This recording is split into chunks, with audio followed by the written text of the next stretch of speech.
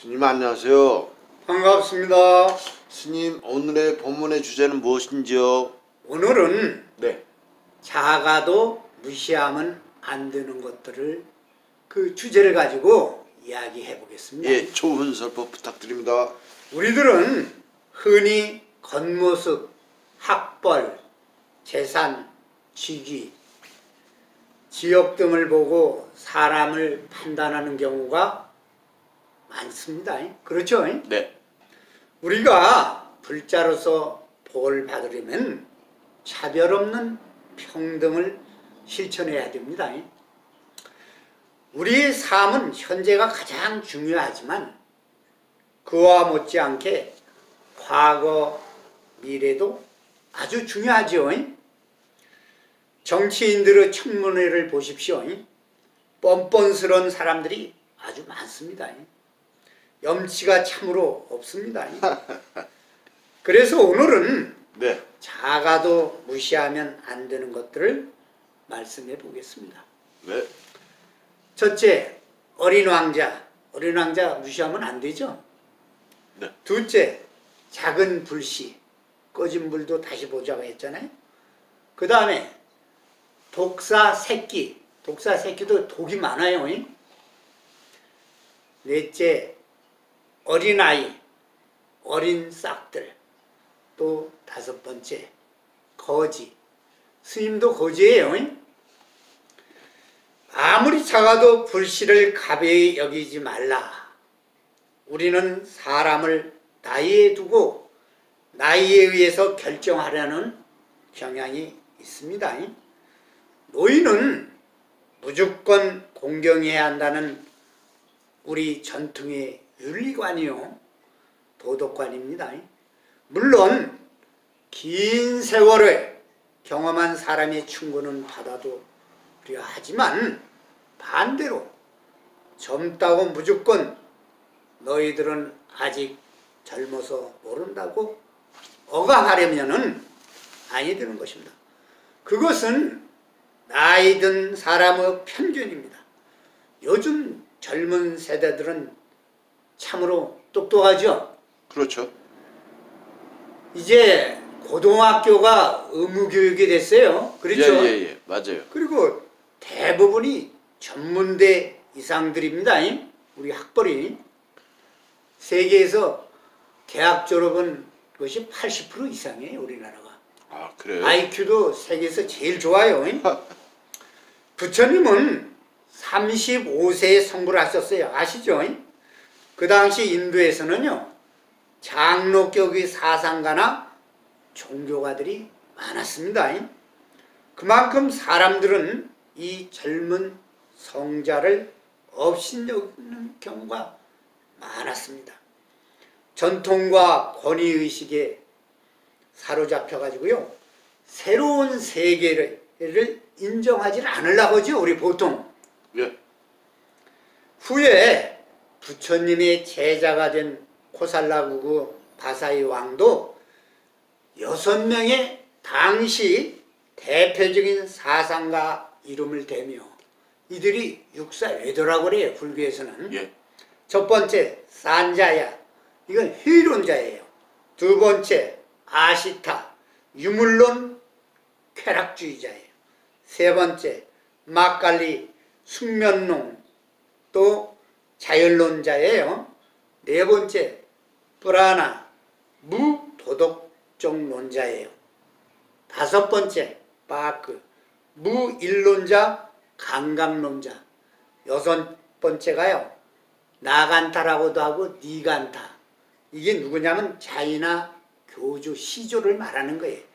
이런 사람들이 아직 깨달지 못했는데 그걸 육사아이돌이며 부처님을 힐난한 거예요. 이들도 깨달지 못했는데 너 젊은 너가 뭘 깨달았다고 큰소리치냐. 이 사람들도 깨달음을 얻었다고 할 수 없는데 젊은 당신이 어떻게 깨달았다고 장담하는가. 그러자 부처님은 바사이 왕의 힐난에 엄하게 경고를 했어요. 왕이여, 작다고 가볍게 여겨서는 결코 안 될 것입니다. 인격과 지혜를 갖추지 않은 자는 늙으나 젊으나 부처님 내 깨달은 눈에는 가볍게 여길 뿐이라고 말씀하셨습니다. 그 후 많은 분들이 붓다의 깨달은 진리에 감동을 하여 출가하여 1250인 제자 아라한들이 탄생하게 된 걸 알죠? 제가요 제 얘기를 하면 제가 젊었을 때 골동품 가게 했다고 했죠? 네. 그 골동 감정을 하려면은 매번 하는 사람 하는 얘기가 있었어요. 야, 저 어른 나오라고 해라 그랬어요. 항상. 저는 속으로 웃음이 났습니다. 제가 20년이 넘는 저였고 그때 당시 그때는 해안이 열려 있어 가지고요. 진짜인지 가짜인지가 다 보여버렸어요. 실제로. 저기서 가져오는 것만 봐도 난 알아버렸단 말이에요. 그런데 사람들은요. 그 경력도 모른 채 나이와 어느 지위에 있으면 모두 잘 알고 있는 것으로 착각하기 때문에 속기도 하고 실망하기도 하고 합니다. 모든 것은 이론을 바탕으로 경험해서 많이 실패하고요.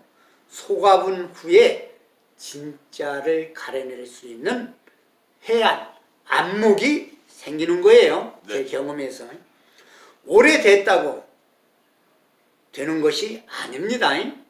책상에 가만히 앉아만 있다고 해서 공부가 잘 돼요? 책에 집중을 해야지, 그렇죠? 네. 노력과 경험으로 깨달는 것이 최고의 힘이 되는 것입니다. 나는 너의 마음속에 칼과 활을 버려라고 하는 것이지 내 손에 들고 있는 칼을 버리라고 하는 것은 아니다.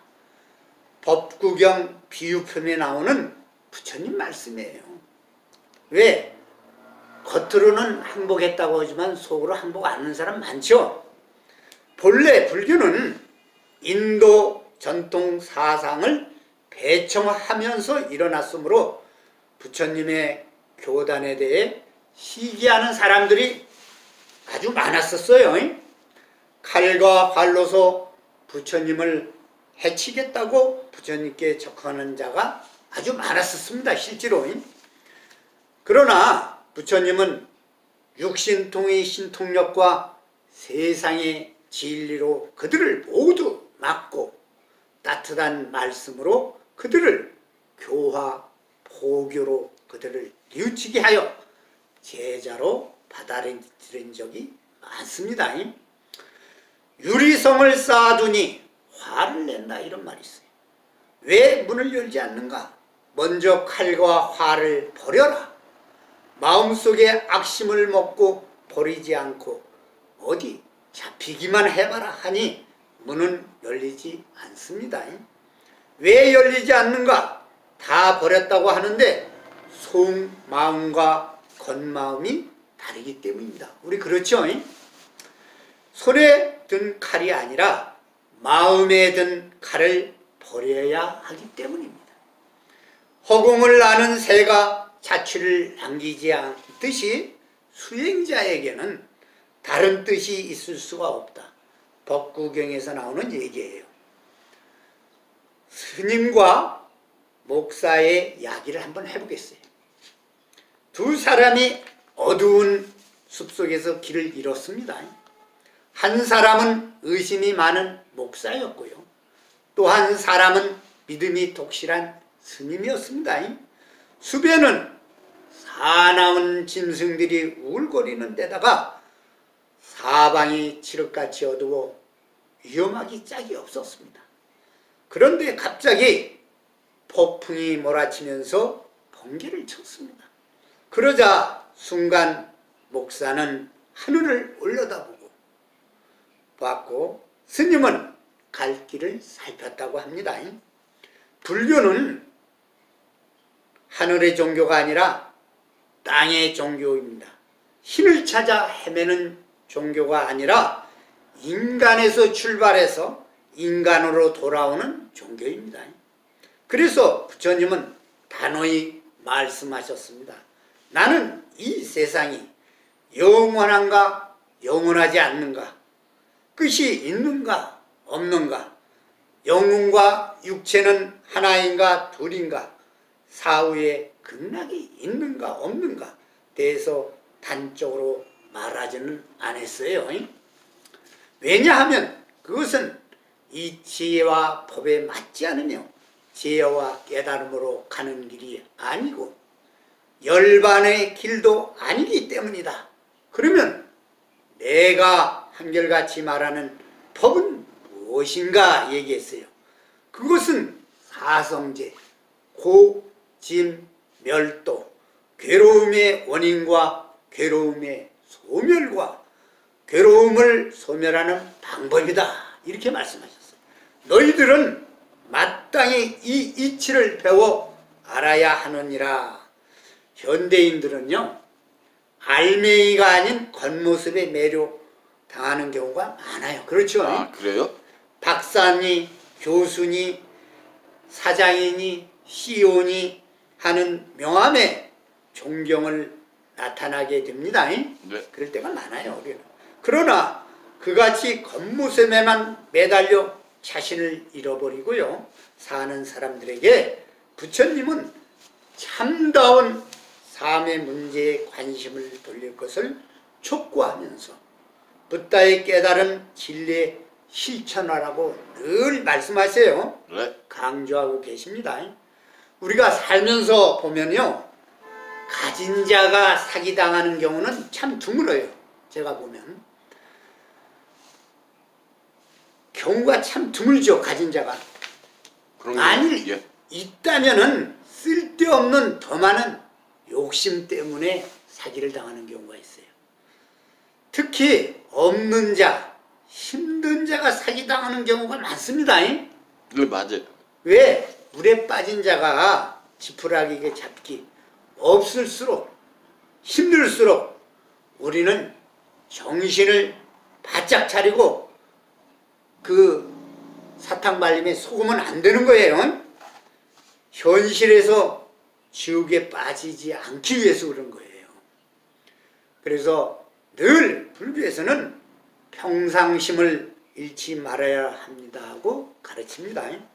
경청해 주셔서 대단히 감사합니다.